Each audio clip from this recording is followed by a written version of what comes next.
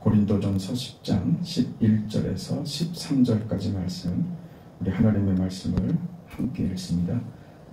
그들에게 일어난 이런 일은 본보기가 되고 또한 말세를 만난 우리를 깨우치기 위하여 기록되었느니라. 그런즉 선줄로 생각하는 자는 넘어질까 조심하라.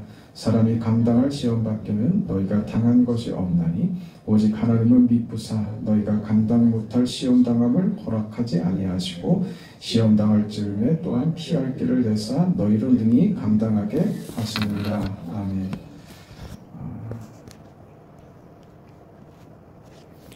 고린도 교회 교인들이 주장하고 이해하고 그것이 자랑이 되었던 우리의 구원은 우리 지식의 증거다라는 주장이었죠. 우리가 우상의 제물 앞에서도 당당하고 거리낌 없이 이것을 대하는 것은 하나님 외에는 아무 신도 없다는 것을 우리가 알기 때문에 우리의 어떤 이해력이고 지식의 깊이로 우리는 이런 신앙의 경지에 도달해 있다. 이것이 저들의 자랑이었고 그것으로 저들의 구원을 증명했고 그렇게 스스로 서서 자기 자신을 자랑하는 것으로 자신이 누리는 현실을 신앙의 보상으로 여기고 그렇게 자랑하면서 그렇게 서 있었죠. 철저한 개인주의였고 교회 안에 어떤 공동체 의식은 없었습니다. 생각을 같이 하는 자기 편과 생각이 다른 다른 편이 있었을 뿐이죠. 여기에 대해서 바울이 하는 얘기입니다. 너희가 그런 신앙의 크기와 넓이와 깊이가 있다면 그것은 너희가 가진 것으로 증명하는 것이 아니라 너희 신앙의 깊이와 넓이와 크기는 하나님을 담아내는 것으로만 증명해야 된다. 이렇게 얘기를 하는 것입니다.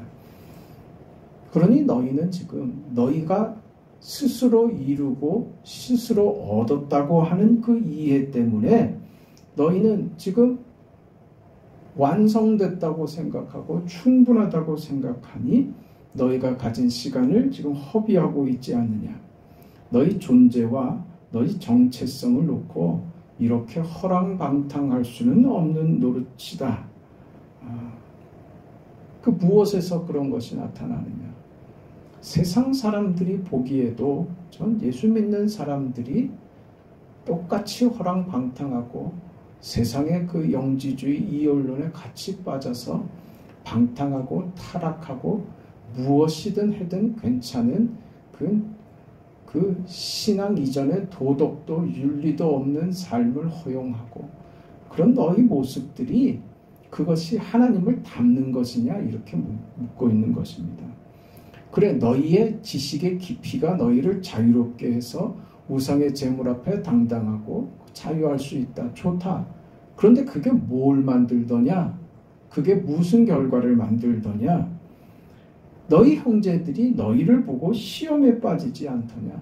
너희가 지식을 가지고 하나님 외에 다른 신이 없다는 것을 알고 우상 앞에 놓인 재물을 먹는 것이 너희에게 거리낌이 없는 것이라면 너희 자신에게는 그것이 자유이며 지식이겠지만 그것을 이해하지 못하는 내 형제들이 너희들의 그런 행동으로 인해서 시험을 받는다면 도대체 네가 가지고 있는 그 지식이라는 것이 그 이해라는 것이 도대체 무슨 쓸모가 있느냐? 네 신앙의 정체성과 가치가 무슨 역할을 하고 있느냐라고 묻는 것입니다. 신앙은 그러니까 뭐예요? 혼자 잘나고 혼자 서면 된다. 나 오르면 된다. 내가 언제 뭐 틀렸어? 그러면 된다. 그건 신앙을 모르고 있는 사람이다. 그 말을 하는 겁니다. 그래서 12절 오늘 읽은 본문에 중요한 그 이스라엘 백성들 출애굽한 그 과정들에 대한 예를 들고 하면서 이 말들을 이렇게 이 설명의 끝을 이렇게 내고 있죠. 12절 뭐라고 합니까? 읽어볼까요? 시작. 그런즉 선줄로 생각하는 자는 넘어질까 조심하라 이겁니다. 너희가 섰다고 생각하느냐 이겁니다. 또 다른 말도 있었죠. 아무것도 이루지 못하였으면서 스스로 이루었다고 생각하는 자는 스스로 속임이니라. 우리는 아무것도 이루지 못했으면서 스스로 다 이루었다고 스스로를 속이지는 않는지. 지금 고린도 교회 교인들이 그러고 있단 말입니다. 저들은 이미 다 이루었다고 어떤 상당한 경지에 이르러서 이제 자신의 그 어떤 신앙적 이해와 자신의 누리는 삶을 자랑할 것밖에 없는 인생들이 돼버렸단 말입니다. 그게 부럽습니까? 그런데 요즘은요, 우리가 그게 부러운 세상이 돼버렸단 말이에요. 그런 사람들이 예수 믿는 신앙의 참다운 경지와 깊이를 보려고 하지 않고 그가 누리는 삶만 본단 말이죠. 그가 얼마나 여유 있게 살며 그가 남부럽지 않게 살고 어느 정도의 지위에 올라가고 안정된 삶을 사는 것을 부러워한단 말입니다. 그렇지 않습니까? 그것이 그 사람의 그 신앙의 그 보상이라고 우리는 생각하지 않습니까? 저 사람 예수 잘 믿으니까 자식들도 잘 되고 우리 입버릇처럼 얘기하죠. 그렇지 않나요? 예수 잘 믿으니까 저 자식들 잘 돼가지고 서울대학도 가고 좋은 직장에 취직하고 도대체 그게 무엇인데요? 네? 그게 일반적이고 보편적입니까? 그럼 예수 믿는 자녀들은 다 서울대학 가야지. 왜 우리의 기준이 그렇게 가 있냐고. 예수 잘 믿어서 장구한다 하고요. 제가 참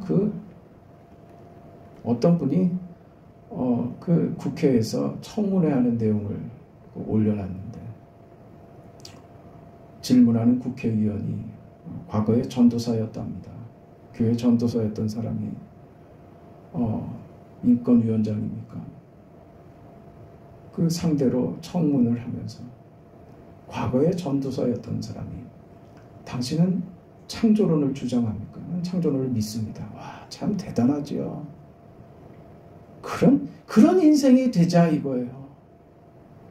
뭘 겁날 게 어디 있어요? 네, 나는 창조론을 믿습니다. 진화론도 하나의 주장일 뿐이지 그것이 과학적인 증명을 얻은 것 아닙니다. 각자의 주장이 있지만 나는 창조론을 믿습니다. 야, 참 대단하죠. 전도사였다는 자식이 국회의원이 돼가지고 그 자리에서 창조론이 무슨 과학적 그 증명을 할 수 있다고 어떻게 창조론을 가르칠 수 있다 이 소리를 하죠. 그걸 예수 믿는 놈이라고 말할 수 있어요. 목사의 아들이라는 작자가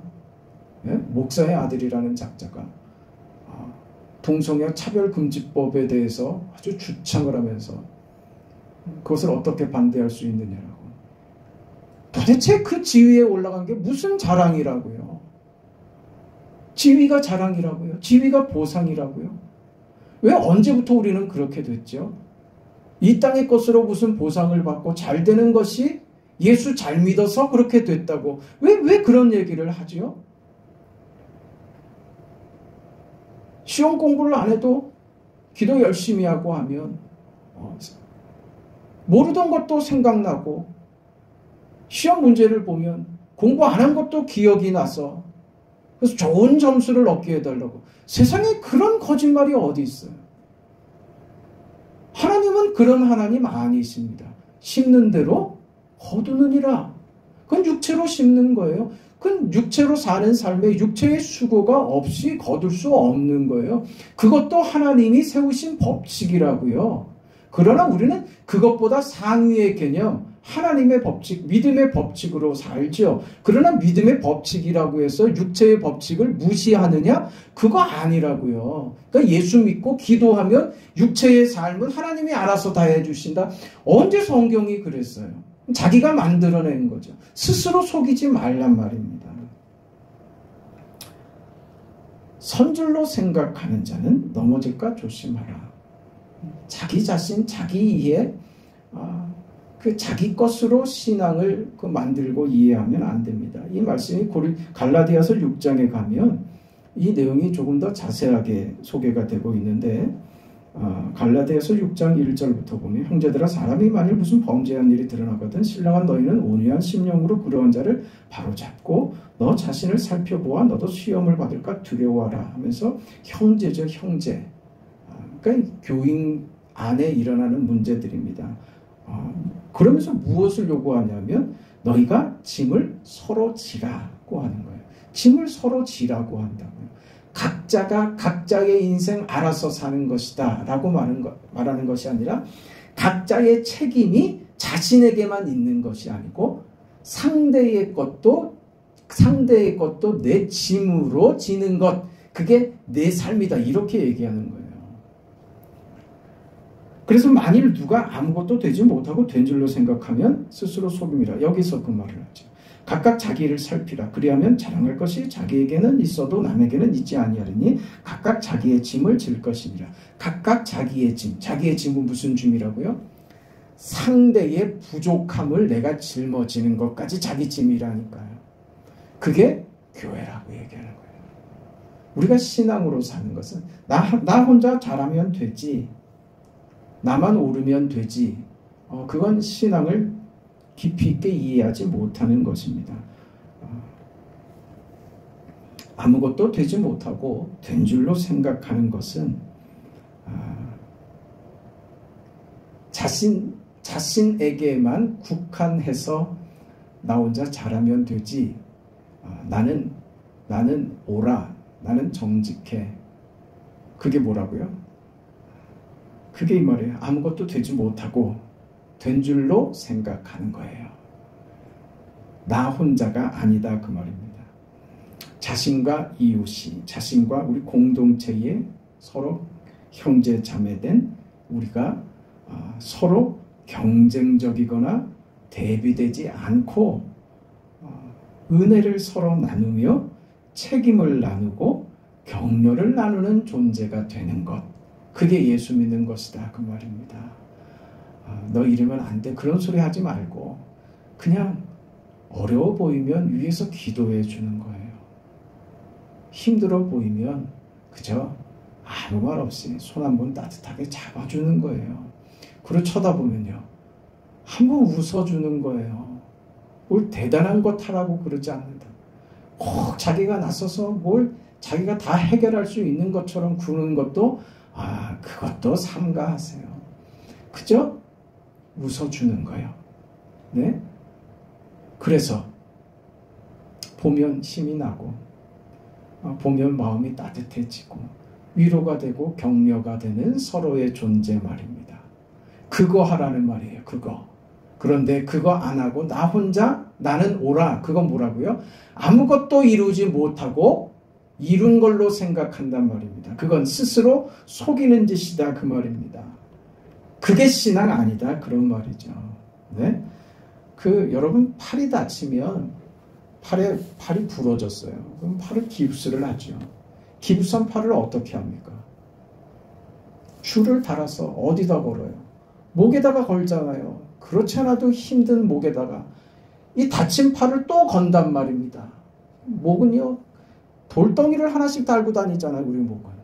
근데 거기다가 깁스한 팔까지 걸면 목이 뭐라 그러겠어요?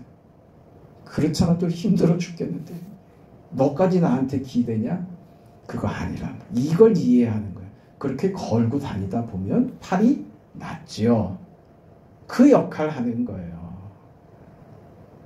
그 다친 팔, 그래서 깁스를 한 그 팔을 자기 목에 자신에게 걸어주는 거예요.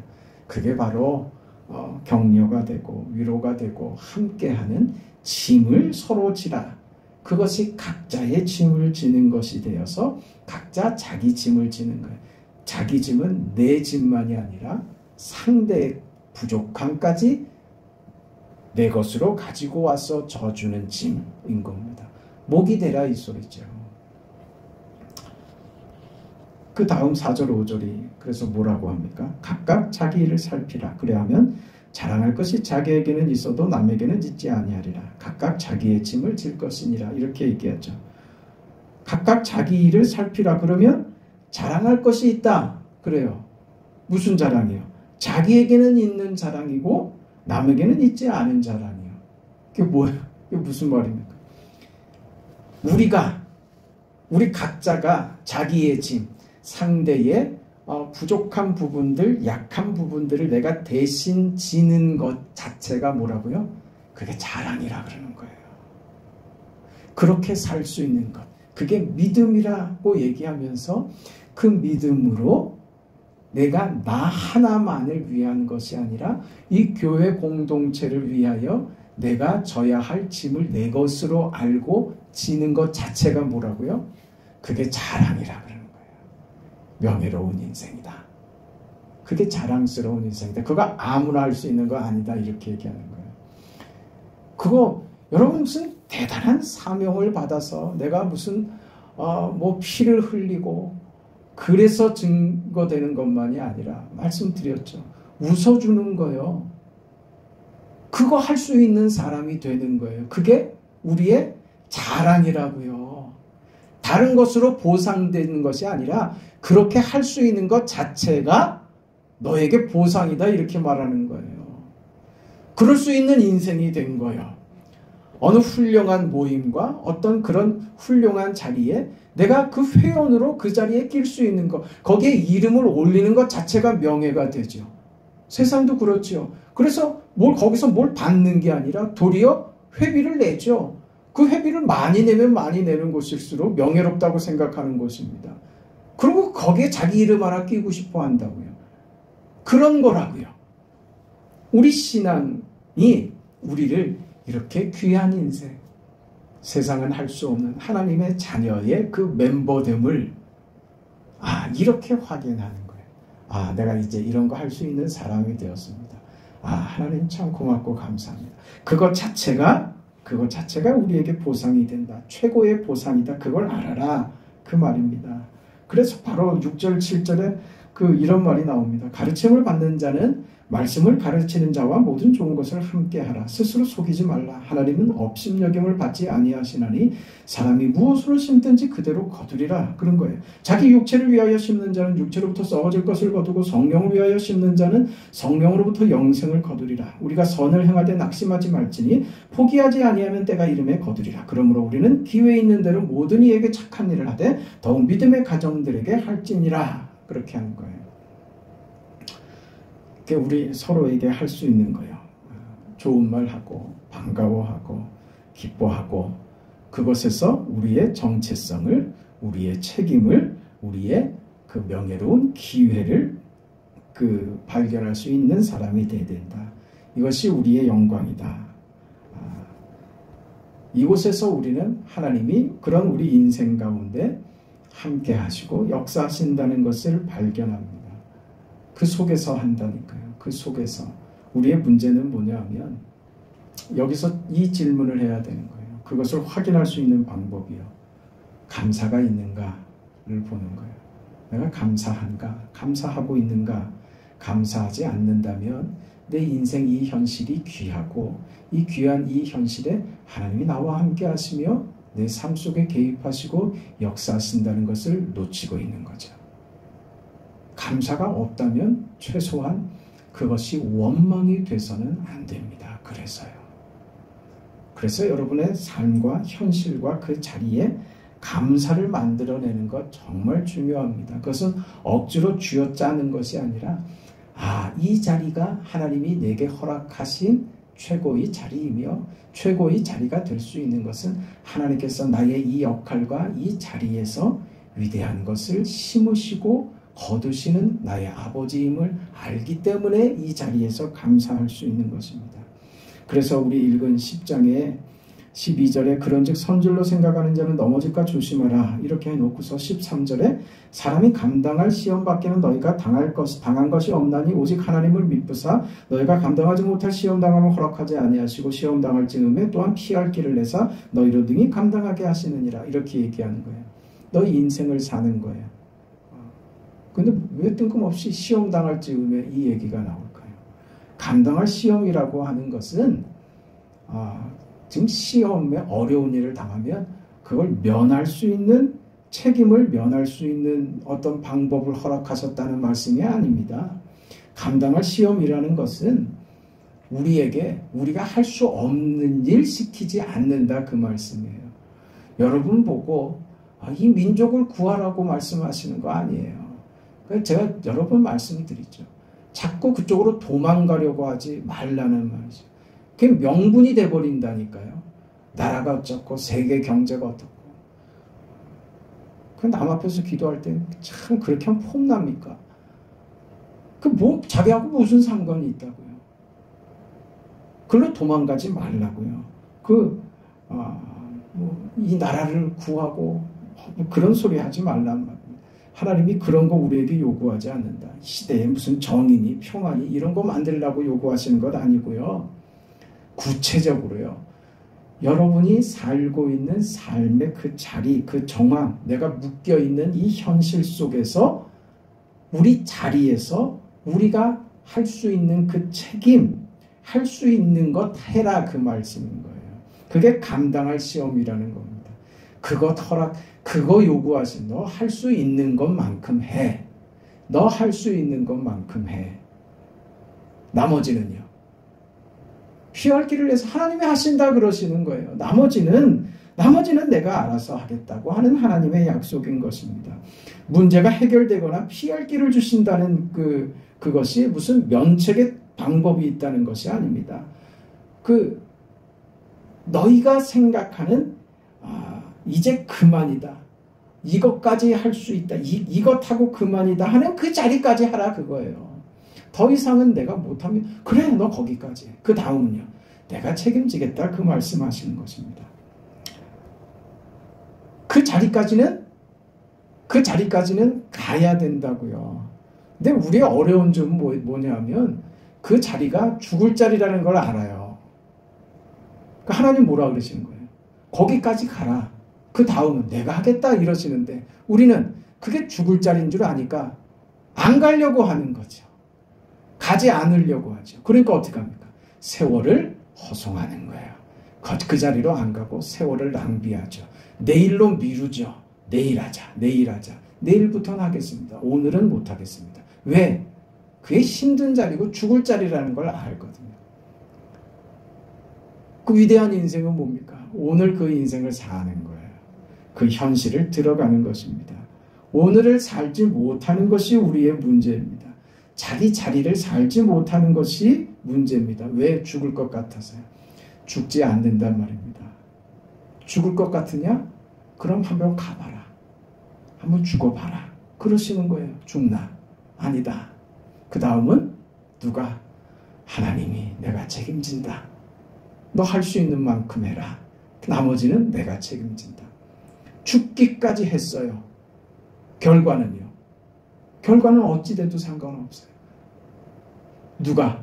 하나님이 이루시기 때문입니다. 그러니 우리가 당한 어떤 책임이나 묶여있는 자리, 죽을 것 같은 이 현실에서 도망가고 싶다고 그것이 원망이 되거나 불평이 되거나 하지 말라는 말이에요.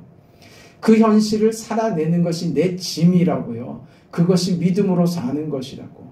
그것을 하나님이 너 여기까지 해봐라 고 말씀하시는 거고 그 다음은요. 꼭 우리는 그 마지막까지 내가 해야 될 걸로 생각을 해서 그래서 나는 아예 저 자리에 안 가겠습니다 하는데 그 다음에 하나님이 책임지신다니까요. 이 얘기가 뭐예요? 이 얘기가 우리 어제 봤던 10장이에요. 이스라엘 백성들이 출애굽하고 나와서 뭐 했습니까? 우상 만들고 자기들 멋대로 살려고 했고 하나님께 원망과 불평을 쏟아냈죠. 원망과 불평으로 자신의 인생들을 허비하고 아무것도 내용으로 만들지 못하고 담지 못한 인생이 얼마나 허망하며 하나님 없이 살고자 하면 아무리 믿는 자라고 할지라도 그 인생이 아무것도 만들지 못하는 인생이 돼버리더라고 하는 것을 교훈으로 말씀하신 것이죠. 그게 하나님의 징벌이었죠. 너희들이 한 그대로 너희들 상태 그대로 내버려 두겠다. 이게 하나님의 벌입니다. 우리가 하나님 없이 만든 것은요. 육으로 만든 것이죠. 그게 필요 없다고 하는 것이 아니라 그것으로 가치를 만들 수는 없는 거예요. 해야 되는 것이지만 그것으로 가치를 만드는 것 아니에요. 이걸 어디로요? 믿음의 자리로 끌고 올라와야 그게 기능을, 가치를 발휘하죠. 그러나 해야 되는 것입니다. 그러나 이것은 이것 자체로는 썩는 것이죠. 가치 없는 것이죠. 그 인생을 이해하라는 것입니다. 지금 이스라엘 백성들은 그 길을 걸었습니다. 그래서 그 광야 1세대들은 광야에서 망했습니다. 망했습니다. 인생이 출애굽한 인생으로서 어떤 것도 결과를 만들지 못하는 인생들이 되어버리고 말았습니다. 모세는 그럼 왜 죽습니까? 모세는 저들 광야 1세대들의 대표로 와 있기 때문입니다. 대표하는 자로 서 있기 때문에 모세도 죽어야 했던 겁니다. 그렇게 갔죠. 그걸 왜 가르쳤을까요? 너희 인생을 스스로 자신의 것을 만들어서 스스로 만족하고 스스로 섰다고 생각하는 너희 자리를 봐라. 그게 도대체 뭘 만들었느냐? 이스라엘 백성들이 광야에서 죽어나간 것과 너희들이 지금 똑같다 그 말하는 거죠. 그러니 어느 자리로 가야 된다고요? 각자의 짐을 자기 것으로 알아. 자기 짐으로 알아 그 역할을 하는 자리 말입니다. 마치 저기로 가면 죽을 것 같은 곳으로 가라고 말씀하시는 거예요. 죽을 것 같으냐? 그럼 가서 죽어봐라. 정말 싫은 자리냐? 그래도 들어가라. 그렇게 말씀하시는 거예요. 죽게 내버려 두지 않고 너 망하게 내버려 두지 않는다. 이게 믿음으로 사는 거죠. 그래서 어떤 손해볼 것이 확실한데도 불구하고 그 자리까지 가는 거죠. 근데 거기서 믿음이 힘을 발휘하고 예수 믿고 사는 것이 이런 만족과 기쁨과 영광을 가지고 오는구나 하는 것을 그 자리에서 확인한단 말입니다. 그게 하나님 우리에게 요구하시는 거예요. 그러니 그 자리에서 행하는 그것 자체가 너에게 보상이다 이런 얘기를 하시는 거예요. 그 예수 믿는 자의 기쁨과 예수 믿는 자로 사는 것의 그 명예와 그 여유를 그렇게 살아내는 그렇게 찾는 우리 인생 되기를 주의 이름으로 축원합니다.